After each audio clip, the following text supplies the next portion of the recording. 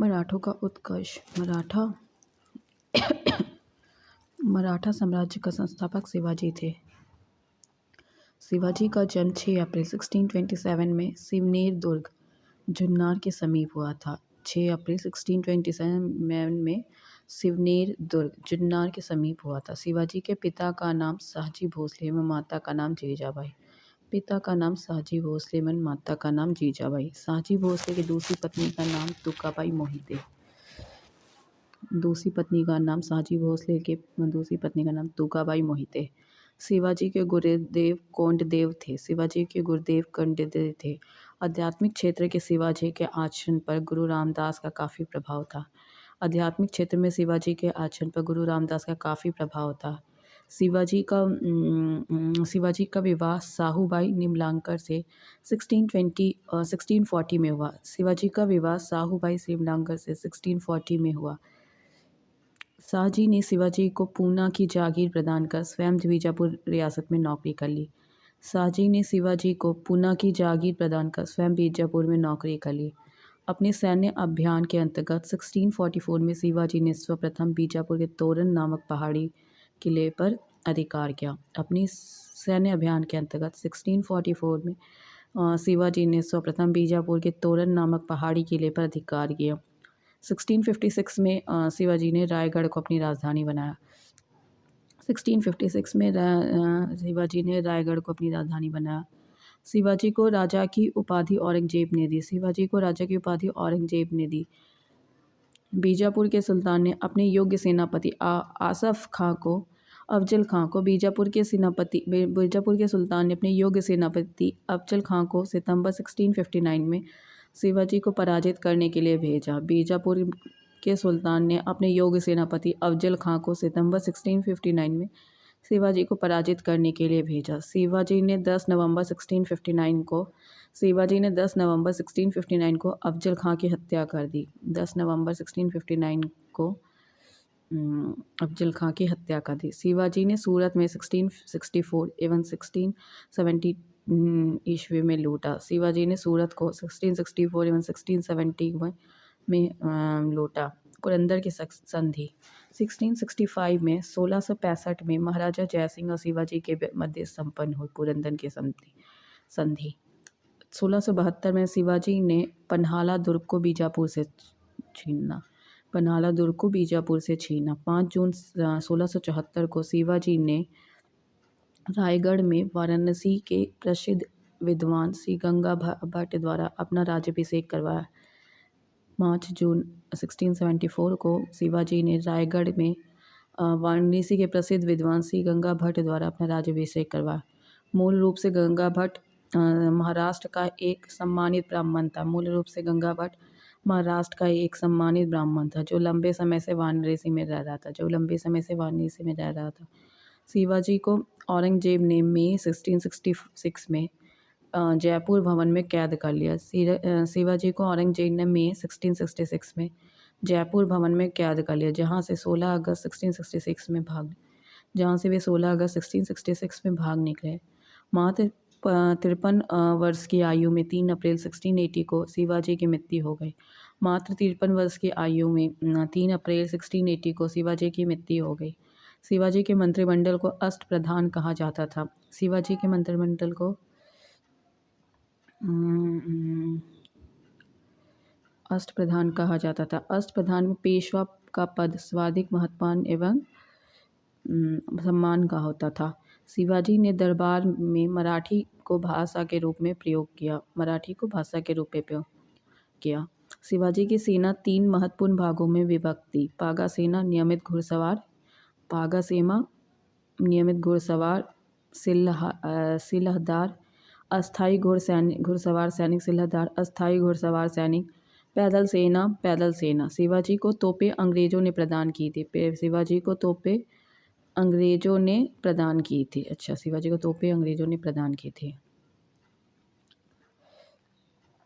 महाराष्ट्र के प्रमुख संत ज्ञानदेव या ज्ञानेश्वर 1275 से 1296। महाराष्ट्र में भक्ति आंदोलन के जनक, मराठी भाषा साहित्य के संस्थापक, भगवद गीता पर भागवत दीपिका नामक बृहद टीका लिखे। भगवत गीता पर भावार्थ दीपिका नामक बहुत बृहद टीका लिखी, जिसे सामान्य रूप से ज्ञानेश्वरी के नाम से जाना जाता है। नामदेव, इनके आराध्य देव पंढरपुर के विठोबा या विट्ठल थे। पंढरपुर के विठोबा या विट्ठल थे। विठोबा या विट्ठल की उपासना को वरकारी संप्रदाय के नाम से जाना जाता है। विठोबा या विट्ठल की उपासना को वरकारी संप्रदाय के नाम से जाना जाता है, जिसकी स्थापना नामदेव ने की थी। इनमें से कुछ गुरु ग्रंथ साहिब में संकलित है। एकनाथ, इन्होंने रामायण पर भावार्थ रामायण नामक टीका लगा। एकनाथ, इन्होंने रामायण पर भावार्थ रामायण नामक टीका लिखा। तुकाराम, इन्होंने भक्तिपरक कविताएं लिखी जिन्हें अभंग कहा जाता है। ये अभंग भक्तिपरक काव्य के ज्योतिपुंज हैं। रामदास, महाराष्ट्र के अंतिम महान संत कवि थे। दशबोध उनकी रचनाओं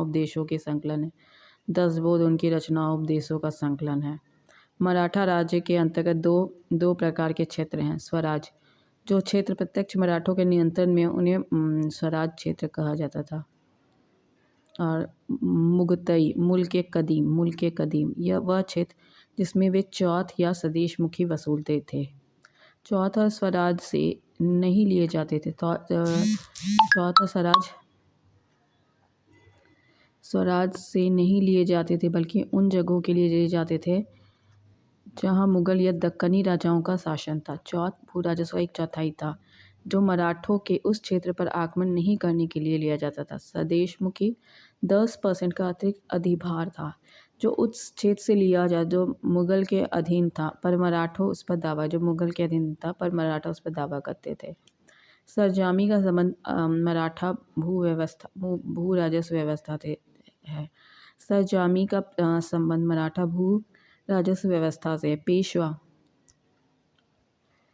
अष्टप्रधान में 8 जो है, ठीक है। इसमें पेशवा प्रधानमंत्री, राज्य का प्रशासन और अर्थव्यवस्था की देखरेख। सरीय नौबत सैन्य प्रधान, सेनापति। अमात्य, राजस्व मंत्री, आय व्यय का लेखा जोखा। वाक्यान्विस, सूचना गुप्तचर एवं संधि विग्रह के विभागों का अध्यक्ष। चिटनिस, राजकीय पत्रों को पढ़कर उसकी भाषा शैली को देखना। सुमंत, विदेश मंत्री। पंडित राव, धार्मिक कार्य के लिए नीति का निर्धारण। न्यायाधीश, न्याय विभाग का प्रधान। शिवाजी की कर व्यवस्था मलिक अंबर की कर व्यवस्था पर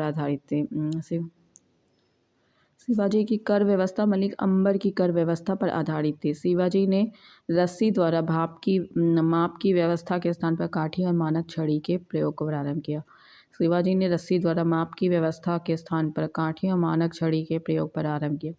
शिवाजी ने 1679 में अन्नाजी दत्तो द्वारा व्यापक भूमि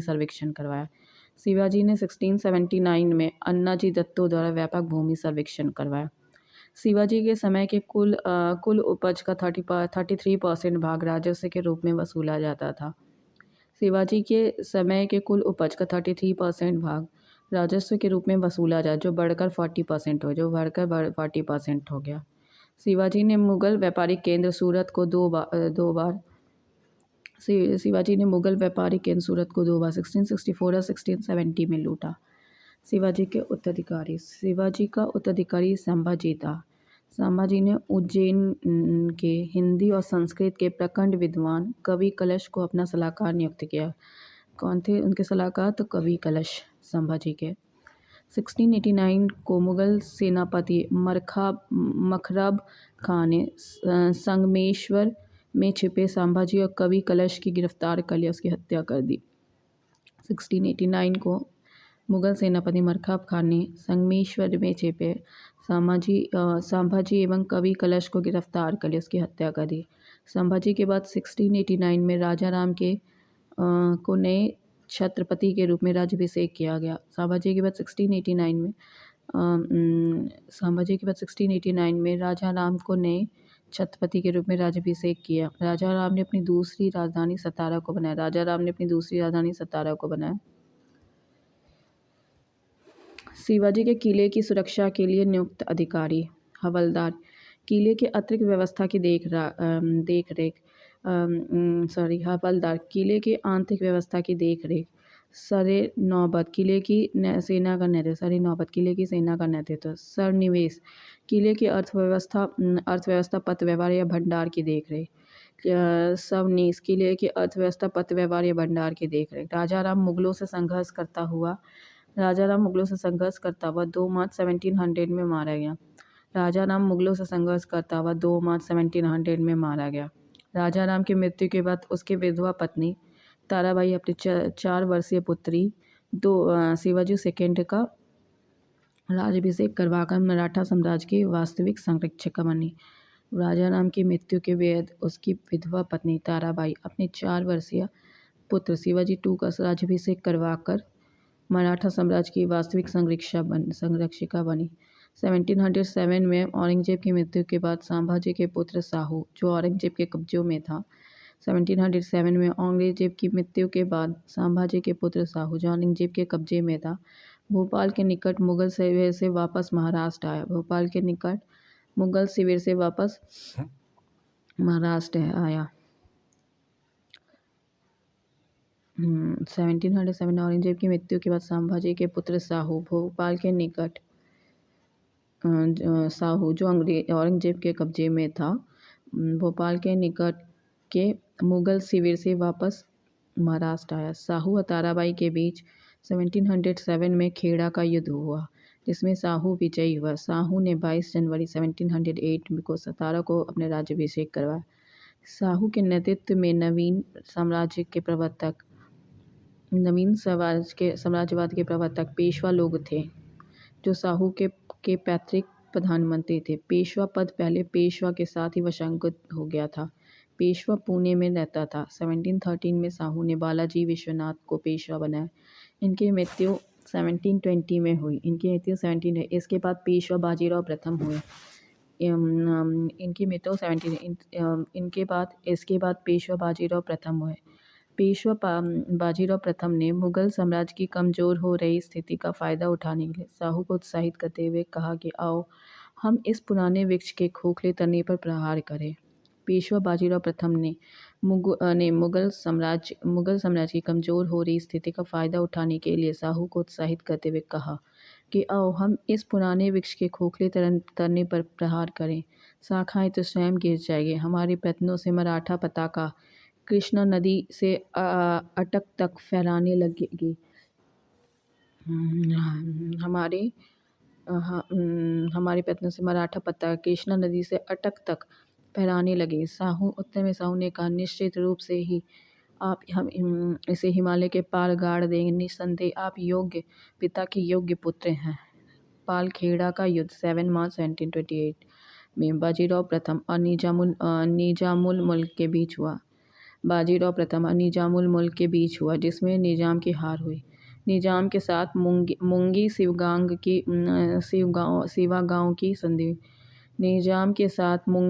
गांव की संधि हुई। दिल्ली पर आक्रमण करने वाला प्रथम पेशवा बाजीराव प्रथम था। जिसने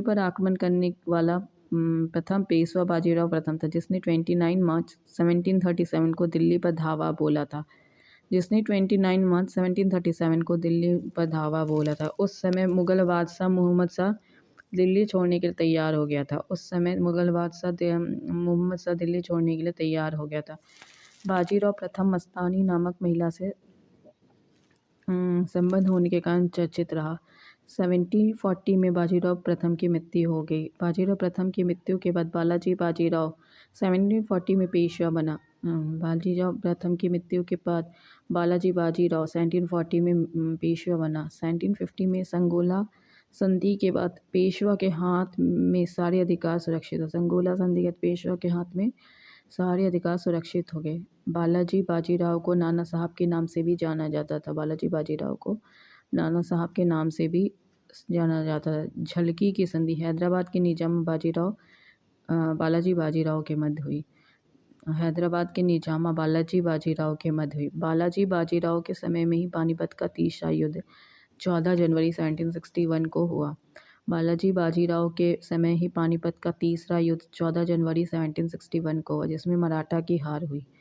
इस हार को नहीं सह पाने के बालाजी बाजीराव की मृत्यु 1761 को हो गई। इस हार को नहीं सह पाने के कारण बालाजी बाजीराव की मृत्यु 1761 में हो गई।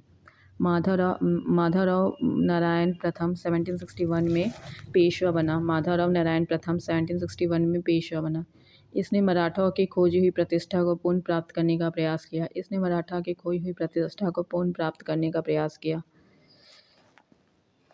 सूरत की ये मराठा और अंग्रेजों के मध्य अंतर्गत होने वाली संधि। सूरत की संधि 1795, पुरंदर की संधि 1776, बड़गांव 1779, सालाबाई 1782, बसीन 1802, देवगांव 1803, सुरजी अर्जुन गांव की संधि 1803, राजापुर घाट की संधि 1804, नागपुर की संधि 1816, ग्वालियर की संधि 1817, पूना की संधि 1817, मंदसौर की संधि 1819।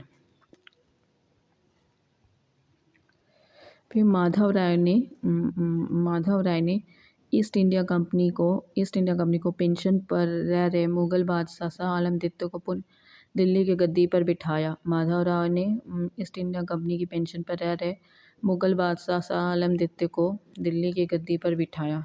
माधव राव ने ईस्ट इंडिया की कंपनी की पेंशन पर रह रहे मुगल बादशाह शाह आलम द्वितीय को पुनः दिल्ली की गद्दी पर बिठाया।